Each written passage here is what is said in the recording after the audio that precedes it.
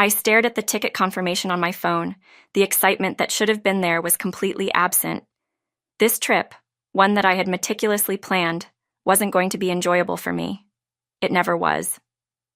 "You're saying you can't come on the trip I planned? If you don't come, you're no longer family. It's common sense, isn't it? You married my son after all." That's what Effie, my mother-in-law, had said to me a week ago, her voice filled with the same entitlement she always used when speaking to me. Her words weren't a request. They were a command wrapped in guilt, meant to remind me of my place in her version of the family. Cody, my husband, had looked ready to say something in my defense, but I had stopped him. What was the point? Arguing with her was like walking into quicksand. The harder you fought, the deeper you sank. So instead, I smiled tightly and agreed to her demands. Little did I know that this would be the last family trip with my in-laws, a trip that would finally shatter the fragile illusion I had been trying to hold together. I'm Liliana, 32 years old, and I run a small app development company. I love what I do, even though my mother-in-law dismisses it as a silly side hobby.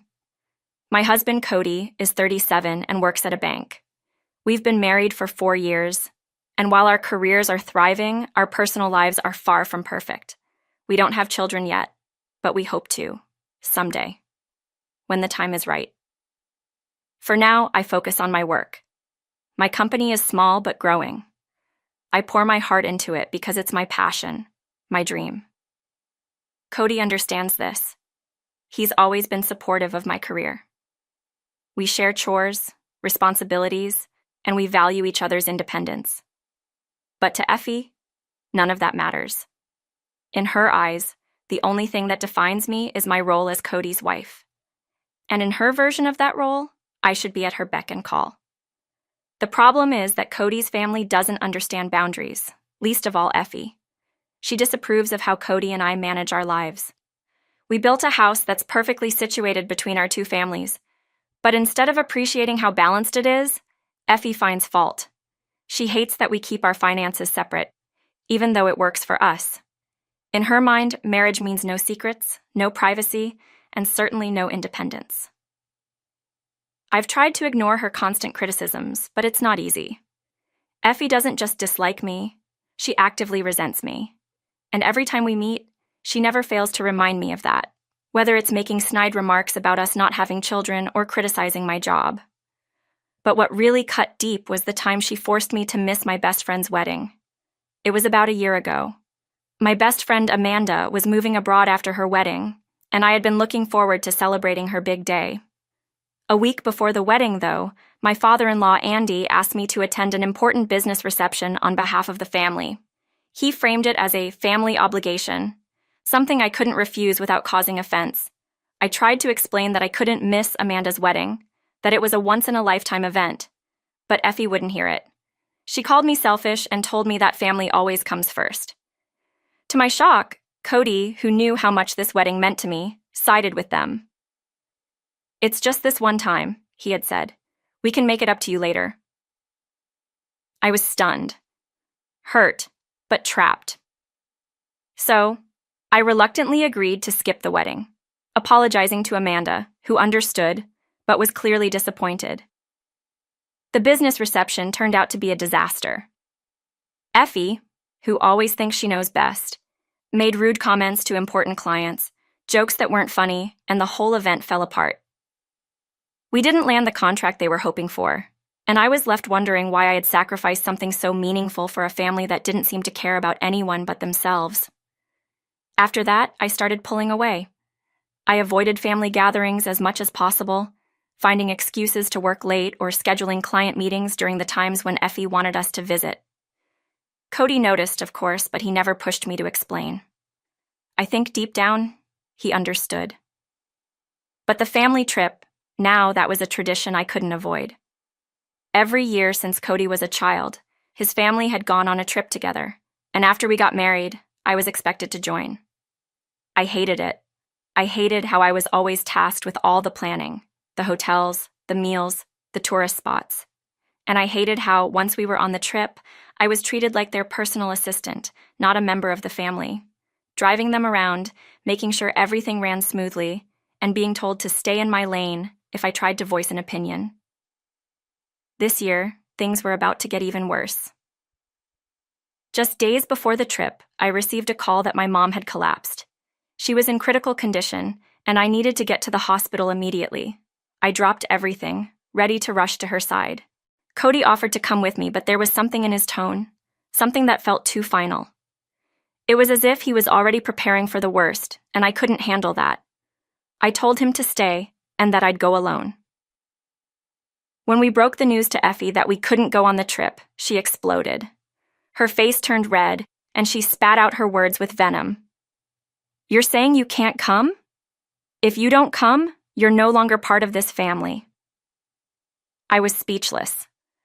Cody started to say something, but Effie cut him off, as usual. "As my son's wife, it's your duty to be here, not running off at the first sign of trouble." I was about to snap when my phone rang. It was my brother calling from the hospital. He told me that while Mom's condition was serious, she had stabilized. The doctors said there was no immediate danger, but they were still monitoring her closely. Due to a recent outbreak of a contagious illness in the area, visitors weren't allowed, at least not right away. "Don't rush here just yet," my brother said. "If anything changes, I'll call you. You can visit when things settle down." I hesitated, torn between going to the hospital and fulfilling this ridiculous family obligation. My brother, sensing my uncertainty, asked what was going on. When I explained, he calmly suggested that since the trip destination wasn't far from home, I could still go on the trip and be close enough to the hospital if anything changed. It made sense, but the thought of spending time with Effie and Andy while my mom lay in a hospital bed filled me with dread. Still, to avoid more drama, I agreed. "Fine, I'll go on the trip," I told Effie. She grinned triumphantly. "If you had said that from the start, we wouldn't have had to go through all this nonsense. As long as you understand, if you don't come, it's divorce." Her casual use of the word divorce hit me hard. It was always her threat when things didn't go her way.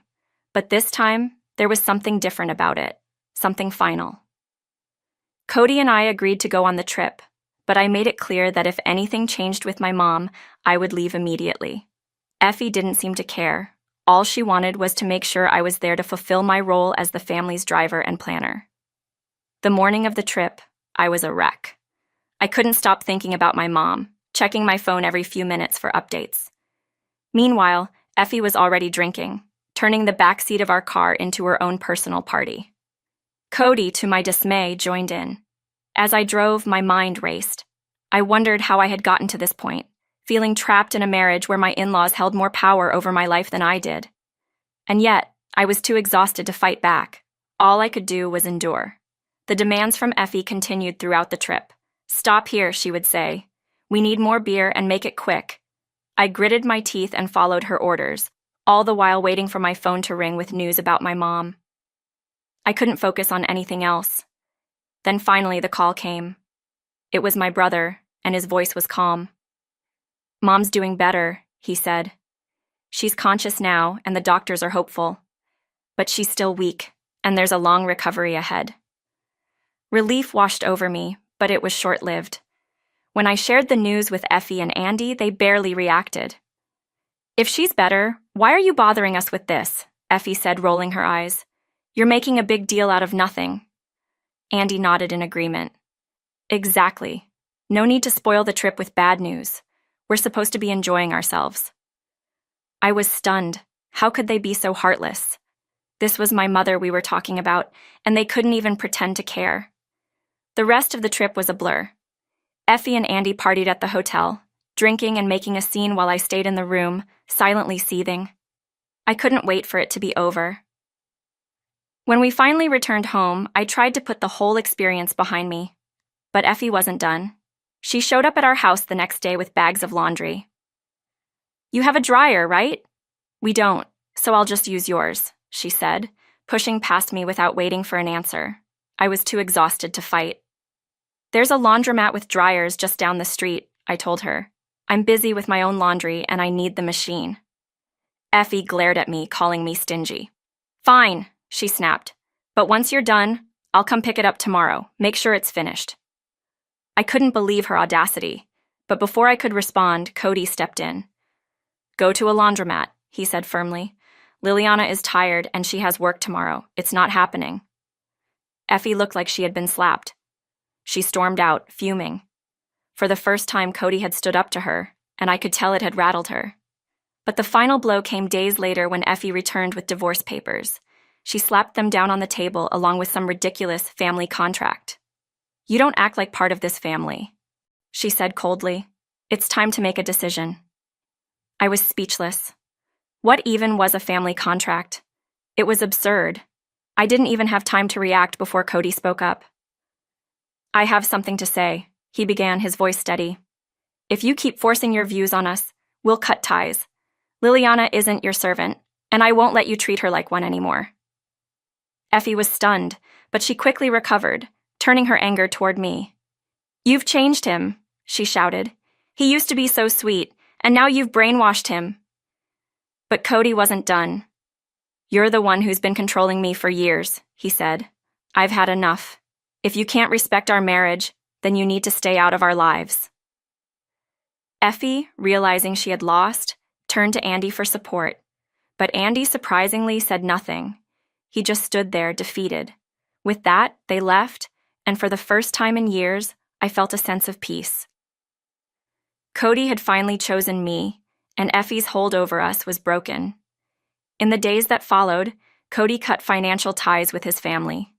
It turned out that he had been supporting them for years, paying for their trips and helping to keep their failing factory afloat, but not anymore. Without Cody's help, the factory went under, and Effie was forced to find work. I saw her once, working as a cleaner, and though I felt a twinge of sympathy, I knew this was the consequence of her actions. As for Cody and me, we're stronger than ever. We're focused on our careers, and for now, we're enjoying life without the constant interference of his family. We've even started planning our next vacation, just the two of us. For the first time in a long time, I feel like we're finally free.